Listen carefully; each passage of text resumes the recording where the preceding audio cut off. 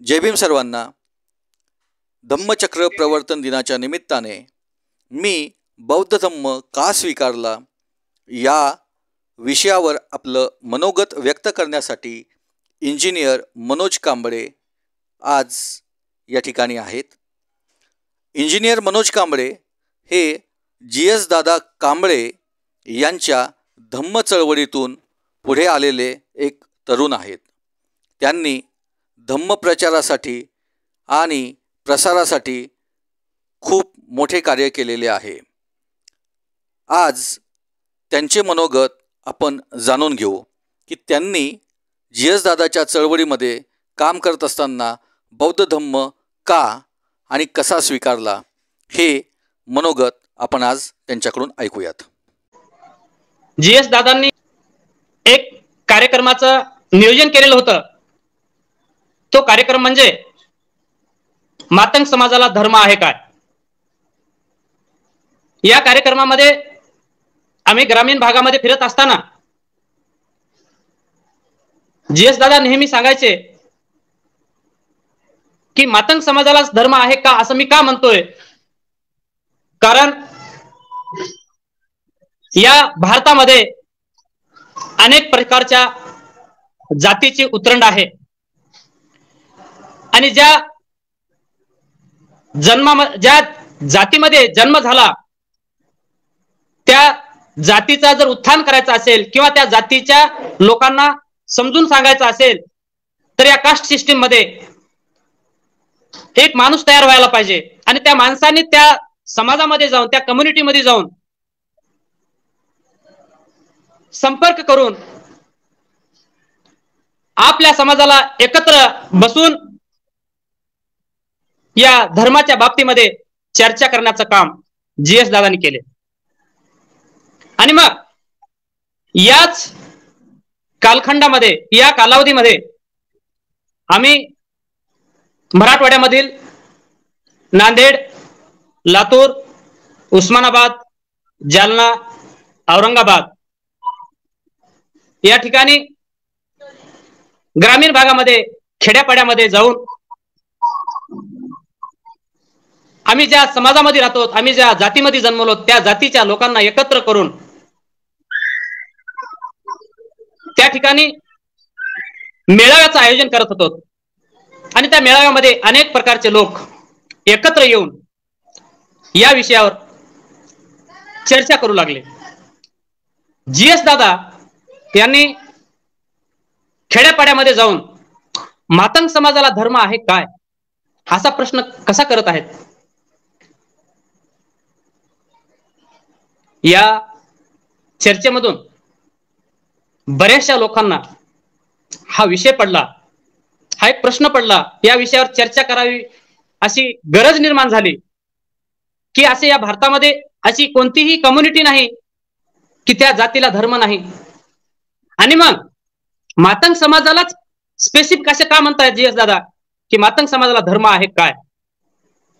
कारण मातंग समाज जीवन जगत असताना हिंदू म्हणून जीवन जगतो.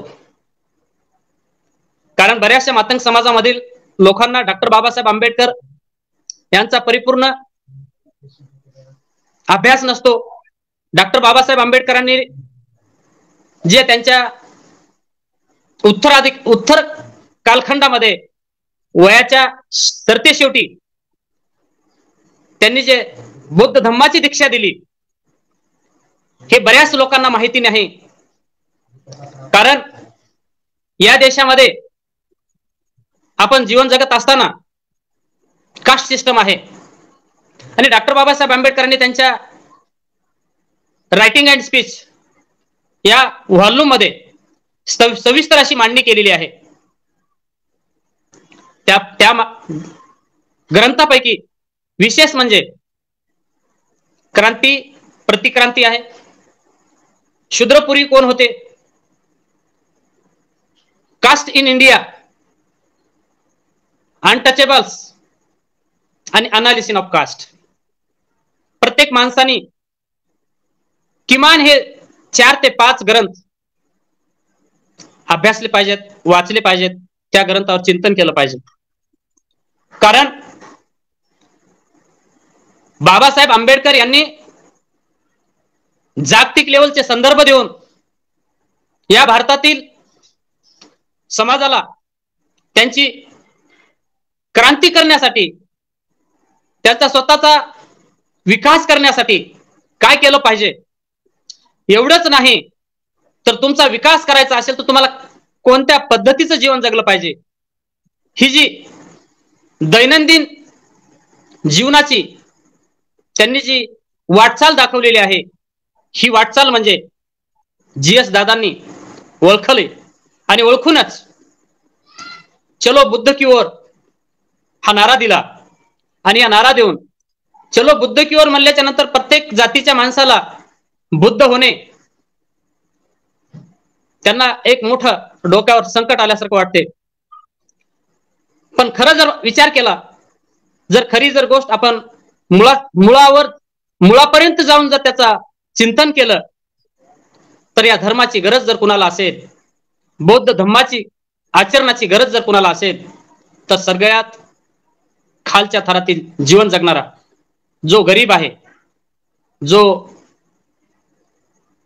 त्यांना म्हणतात की आपण अत्यंत साधनहीन माणसं, त्यांना कुठलाही थारा नाही, जगण्याचं साधन नाही, शिक्षण घेण्यासाठी त्यांना सपोर्ट नाही, अशा माणसांनी या धम्माचं आचरण करायलाच पाहिजे. कारण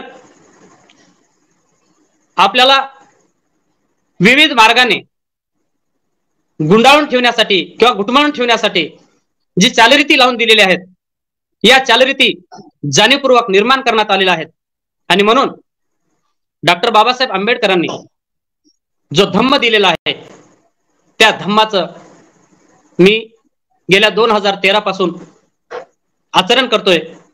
बौद्ध धम्माचा स्वीकार केलेला आहे. पूर्ण माझं कुटुंब, माझे मामा असतील, सासू सासरे असतील, माझे मुलं असतील, की माझे अत्यंत नात्या गोत्यातले सर्व फॅमिली गणगोत यांनी बौद्ध धम्माची दीक्षा घेतलेली आहे. आणि येणाऱ्या कालखंडामध्ये आमच्या आसपासमध्ये संपर्कामध्ये जे जे लोक येतील त्यांना धम्मांतर करण्याचं काम गेल्या 2013 पासून आज तपावेत चालू आहे. याचं कारणच एक आहे की GS दादा म्हणतात, एखाद्या माणसाला जर आजार झाला, त्या आजाराची जाणीव झाली, आजार कोणता आहे डायग्नोसिस झालं, क्लिअर झालं, आणि ते औषध आपल्याकडे उपलब्ध आहे, पण ते औषध न खाता जर खिशात ठेवून जर इकडे तिकडे आसपास फिरला तर तो आजार कमी होऊ शकतो का? होऊ शकत नाही. त्या आजारावरची जी उपलब्ध ट्रीटमेंट आहे, जे औषधोपचार आहेत, जे गोळ्या इंजेक्शन्स आहेत, ते खावेच लागतात. त्या पद्धतीनं ग्रामीण भागामध्ये अत्यंत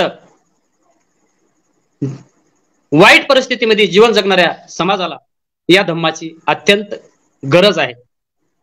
दुसरं उदाहरण देतात GS दादा, अनेक दुसरं उदाहरण असं सांगतात, जो तरुण मुलगा आणि तरुण मुलगी हे दोघं एकत्र राहिलेत, लिव्ह इन रिलेशनशिप मध्ये आहेत, पण त्यांना मुलबाळ जर झालं किंवा त्यांच्या वैवाहिक जीवनामध्ये जर त्यांचं जीवनचरित्र जगलं तर समाज मान्यता देईल का? देऊ शकत नाही. का? कारण ते दोन स्त्री आणि पुरुष किंवा तरुण आणि तरुणी विवाहित झालेलं नसल्यामुळे त्या कम्युनिटीनी त्यांच्यापासून होणाऱ्या उत्पत्तीला समाज मान्यता दिली जात नाही. त्याच पद्धतीनं संपूर्ण मराठवाड्यामध्ये, महाराष्ट्रामध्ये, या इतर भारतातल्या कानाकोपऱ्यामध्ये बौद्ध धम्माच्या वागणुकीप्रमाणे जीवन जगत आहेत, पण त्यांना धर्मांतर करण्याची काय गरज आहे असा जर प्रश्न म्हणत असतील किंवा असा जर संदेश देत असतील, बाबा रे हे बनव जास्त दिवस चालणार नाही, टिकणार नाही. एका तरुण तरुणीनं लग्नच केलं तर त्यांची औलाद ज्या पद्धतीनं समाज मान्य केलं जाते, त्याच पद्धतीनं जर तुम्हाला समाजामध्ये इतरांना आपल्या समवेत धम्माची जर वाटचाल दाखवायची असेल, त्या धम्माच्या वाटेवर चालायचं असेल, तर तुम्हाला धर्मांतरच केलं पाहिजे. कारण धर्मांतर न करता धम्माचं आचरण करणं ही फक्त काळापुरतं, काही योगापुरतं, पण अचानकपणे त्या पद्धतीनं आचरण करत करत जर तुमचा एक दिवस अंत्यविधी झाला, तर तुमची मुलं, तुमची मुली कोणत्या पद्धतीनं अंत्यविधी करतील? साहजिक आहे, ज्या धर्मामध्ये तुम्ही जीवन जगत आहात, ज्या धर्मामध्ये तुम्ही पूर्ण आयुष्य घालत आहात, त्या धर्माच्या संस्काराप्रमाणेच तुमचे मुलं किंवा तुमची मुली तुमचा अंत्यसंस्कार करतील. म्हणजेच आपली ह्यात घालायची, जय भीम म्हणत फिरायचं, दैनंदिन जीवन जगायचं आणि मुलांनाही सांगायचं की आपल्याला डॉक्टर बाबासाहेब आंबेडकर, फुले शाहू आणि बुद्धांचं तत्वज्ञान शिवाय आपला पर्याय नाही म्हणायचं आणि धर्मांतर स्वीकारायचं नाही. याचा अर्थच असा आहे की तुम्ही विद्वान आहात, हुशार आहात, ज्ञानी आहात, पण कुठंतरी तुमची गफलत होत आहे आणि येणाऱ्या पिढीसाठी तुम्ही तुमचं जीवन, आयुष्य, पर्सनल लाईफ चालढकल करत आहात. आणि म्हणून येणाऱ्या पिढ्यानपिढ्या जर संदेश तुम्हाला द्यायचा असेल, तर तुम्हाला धर्मांतर करावं लागेल. डॉक्टर बाबासाहेब आंबेडकर त्यांच्या कास्ट इन इंडिया या ग्रंथामध्ये असे सांगतात, दुनियाभरामध्ये अनेक प्रकारचे कम्युनिटी जीवन जगत आहेत. त्याच पद्धतीनं भारतात सुद्धा अनेक प्रकारचे कम्युनिटी आहेत, विविध प्रकारचे धर्म आहेत. पण त्या धर्मापैकी हिंदू धर्म एक असा आहे की त्या हिंदू धर्मामध्ये जातींची उतरंड आहे. नुसती उतरंडच नाही, तर एकापेक्षा दुसरा मोठा, दुसऱ्यापेक्षा तिसरा मोठा, तिसऱ्यापेक्षा चौथा मोठा, म्हणजेच 6743 जाती एकमेकांच्या वर आणि एकमेकांच्या खाली अशी उतरंड लावून दिलेले जीवन जगत आहेत. आणि मग असा प्रश्न पडतो, डॉक्टर बाबासाहेब आंबेडकर कोलंबिया युनिव्हर्सिटीमध्ये अभ्यास करताना जो प्रबंध सादर केलेला आहे 1916ला, कास्ट इन इंडिया हा प्रबंध आहे. या कास्ट इन इंडियाच्या प्रबंधावर जगामध्ये चर्चा घडून आलेली आहे आणि त्या चर्चेचा एकच सूर होता, भारतातली जाती व्यवस्था येणाऱ्या भविष्य काळामध्ये जागतिक लेवलचं संकट निर्माण होईल. आणि खऱ्याच पद्धतीनं आज ते संकट निर्माण झालेलं आहे. दुसऱ्या शब्दात सांगतात, भारतातली कास्ट सिस्टीम हे दुसरं तिसरं काही नसून चॉपिंग ऑफ पॉप्युलेशन आहे. चॉपिंग ऑफ पॉप्युलेशन म्हणजे काय, तर समाजाचे तुकडे तुकडे करणे. समाजाचे तुकडे तुकडे करून काय साध्य करायचं आहे, तर भारतामधल्या विविध क्षेत्रातील प्रत्येक क्षेत्रावर सुप्रीम म्हणून जीवन जगण्यासाठी आणि सगळ्या समाजावर आपलं स्वतःचं व्यक्तिगत कंट्रोल निर्माण व्हावं, यासाठी ही कास्ट सिस्टम तयार केलेली आहे. आणि म्हणून डॉक्टर बाबासाहेब आंबेडकर म्हणतात, ज्या ज्या लोकांना ही गोष्ट समजली, त्या त्या लोकांनी लवकरात लवकर धर्मांतर करून येणाऱ्या काळामध्ये आपल्या कुटुंबाचं, आपल्या पुढील पिढीचं, आपल्या आयुष्यातलं किंवा आपल्या नात्यागोत्यांचा जर विकास घडून आणायचा असेल, तर या चालू धर्माला सुधारत बसण्यापेक्षा हा धर्माच सोडून देऊन आपण आपल्या पद्धतीनं बौद्धाच्या तत्वज्ञानावर जीवन जगण्यासाठी आपापल्या परीनं लवकरात लवकर पावले उचलावीत, हे डॉक्टर बाबासाहेब आंबेडकर म्हणतात. यामुळे काय घडून येईल, या धर्मांतरामुळे नवसमाज निर्माण होईल. एवढेच नाही, एका जातीतल्या समूहातील तरुण मुलांनी दुसऱ्या जातीतील तरुण मुलीशी लग्न केलं, जरी कास्ट सिस्टम नसेल, तर होणारे खून त्वरित रोखल्या जातील. एवढंच नाही, एखाद्या मंदिरावर एखाद्या अस्पृश्य समाजाचा माणूस आपले लग्नविधी करताना जे परण्या घेऊन जातो, जे शेवंती घेऊन जातो, शेवंती मंदिरावर का नेला म्हणून त्या वराडाला झोडपून काढलं जाते, नवरदेवाला मारून काढलं जाते, बदलून काढलं जाते. जरी कास्ट सिस्टीम नसेल तर हा प्रकार घडू शकणार नाही. यानंतर कोणत्याही येणाऱ्या नोकरीचा प्रश्न असेल, शिक्षणाचा प्रश्न असेल किंवा विविध क्षेत्रातील आपल्या व्यक्तिगत जीवनामध्ये विकास घडवून आणायचा असेल तर जात ही किती भयानक आहे हे मी सांगण्याची गरज नाही. या जातीमुळे अनेकांना शहरामध्ये शिक्षण घेत असताना नोकरी रूम भेटत नाही. या जातीमुळं बुद्धिमान असून त्याला नोकरी मिळत नाही. एवढंच नाही, या जातीमुळं कोणत्याही ठिकाणी चर्चेला बसा तुम्ही, जात जोपर्यंत कळत नाही तोपर्यंत त्यांच्या मनात कुठलाच द्वेष भावना निर्माण होत नाही. पण ज्या दिवशी कोणत्या जातीचा माणूस आहे ही जी गोष्ट ज्यावेळेस त्याच्या लक्षात येईल त्यावेळेस घृणा निर्माण करतो आणि आपल्या पद्धतीनं तो ट्रीटमेंट करत असतो.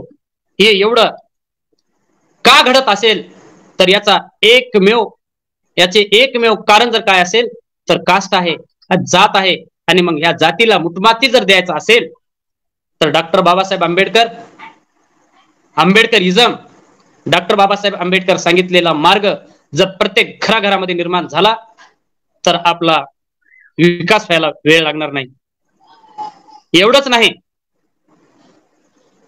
आज माझ्या गावाचं तुम्हाला जाणीवपूर्वक उदाहरण सांगतोय मी. गौतम गायकवाड माझा क्लासमेट, या मुलांनी डॉक्टर बाबासाहेब आंबेडकरांची विचारधारा न स्वीकारल्यामुळे तो गेल्या 2005-06 मध्ये आपल्या गावातील 60 ते 70 पुरुष महिला एकत्र जमून एक ट्रक बुक करून चंद्रपूरच्या आईला दर्शन घेण्यासाठी गेला. हे दर्शन घेण्यासाठी जात असताना रस्त्यामध्ये एक पांढरकवडा नावाचं गाव लागते. या पांढरकवड्याच्या टर्निंग पॉइंटला ही ट्रक अक्षरशः पलटी झाली आणि त्या पलटीमध्ये गौतम हनुमंत गायकवाड हा माझा क्लासमेट, पूर्वकाळीचा महार, आजच्या काळातला बौद्ध हा व्यक्ती, हा माझा मित्र, हा माझा जिवलग क्लासमेट या अपघातामध्ये मृत्यू पावला. यांच्या समवेत इतर जातीतील 4 व्यक्ती, 2 तरुण आणि 2 50 ते 55 या वयाच्या गटातील हे 5 माणसं एकाच क्षणी या गाडी पलटी झाली, त्याच्या ठिकाणी अपघाती निधन झालं. आणि त्याच दिवशी आम्ही निर्णय घेतला, जर या चंद्रपूरची आई जर या भक्तावर तिची नजर असती, तिचा आशीर्वाद असता तर हा अपघात घडला नसता. या अपघातामध्ये त्यांच्या कुटुंबावर पूर्ण दुःखाचा डोंगर कोसळून पूर्ण आयुष्य, स्वतःचं आयुष्य तर खतम झालं, पण पत्नी आहेत, 2 लेकरं आहेत, आई वडिलांना एकुलता एक. हे जर चित्र नजरेसमोर ठेवलं तर भयानक परिस्थिती निर्माण झाली. आणि त्यावेळेस मी निर्णय घेतला की कोणत्याही देवदेवतेला थारा द्यायचा नाही. आणि मग गेल्या 2010 पासून मी गेल्या NSL सुगर्स माजलगाव या ठिकाणी साखर कारखान्यात नोकरी करून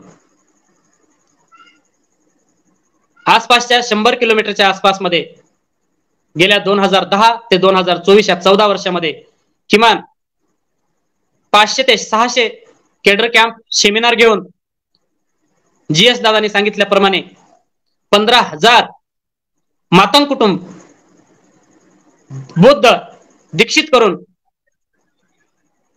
धर्मांतराचे कार्यक्रम सक्सेस करून या कुटुंबामध्ये नवचेतना, नवजीवन, आनंदी ही जी काही अंधश्रद्धा असेल, वाईट वागणूक असेल, वाईट चालरीती असेल, यापासून मुक्ती मिळण्यासाठी मी प्रयत्न करत आहे. आणि मग त्याचाच एक भाग म्हणून RK खांडेकर सर मला जे लाही येऊन मी बुद्ध धम्म का स्वीकारला यावर सर तुम्ही बोललं पाहिजे. आणि म्हणून हा जो मला बोलण्याची संधी उपलब्ध करून दिली त्याबद्दल मी खांडेकर सरांचा आभार व्यक्त करतो. आणि गेल्या 3 वर्षापासून फुले आंबेडकरी अभ्यास समूह डॉक्टर पट्टेकर साहेबांच्या अभ्यास समूहाचा एक अभ्यासक आणि प्रचारक म्हणून मी गेल्या 3 वर्षापासून काम करतोय. माननीय DS नरसिंगे सर, महाराष्ट्राचे सत्यशोधक समाज महासंघाचे अध्यक्ष, तसेच माझे मामा Narsing Ghodke sir, Chhagan Ghodke sir, Rahul Gaikwad sir Latur, Sanjay Nana Raut यांच्या समवेत काम करत आहे. खाजगी क्षेत्रामध्ये काम करत असताना वेळेची फार अडचण येते, पण ज्या ज्या पद्धतीने ज्या ज्या वेळी मला वेळ मिळेल त्या त्यावेळेस या टीम सोबत मी काम करत आहे. एवढंच बोलून की येणाऱ्या काळामध्ये मातंग समाजातील तरुण अभ्यासक, प्राध्यापक, डॉक्टर, इंजिनियर व जे क्रीम समाजाचे क्रीम म्हणतो या क्रीमनी पुढे येऊन आपण स्वतःहून डॉक्टर बाबासाहेब आंबेडकर यांना आदर्श मानून आपल्या समाजाला धर्मांतर करण्यासाठी आपण स्वतः दीक्षित झाल्याशिवाय इतरांना सांगू शकत नाहीत आणि दुसरा ऐकूही शकत नाही की मानसिकता आज भारत देशामधली आहे. आणि म्हणून स्वतः दीक्षित व्हा आणि नंतर दीक्षित होण्यासाठी लोकांना सांगायला शिका आणि सांगा. ज्या ज्या वेळेस तुम्ही ज्या ठिकाणी जगता, ज्या ठिकाणी बसता, ज्या ठिकाणी उठता, ज्या ठिकाणी दैनंदिन जीवन जगता त्या ठिकाणी डॉक्टर बाबासाहेब आंबेडकरांनी सांगितलेला मार्ग तुम्हाला तारू शकतो. एवढंच तुम्ही दैनंदिन जीवनामध्ये सांगितलात तर तुमच्या या जीवनाचं सार्थक होईल आणि येणारा काळ तुमच्यासाठी सुखमय, आनंदी आणि कुठल्याच प्रकारचं टेन्शन फ्री जीवन जगण्याचा मार्ग जर कोणता असेल तर तो आंबेडकरिझम आहे. एवढंच बोलून थांबतो. जय भीम, नमो बुद्धाय.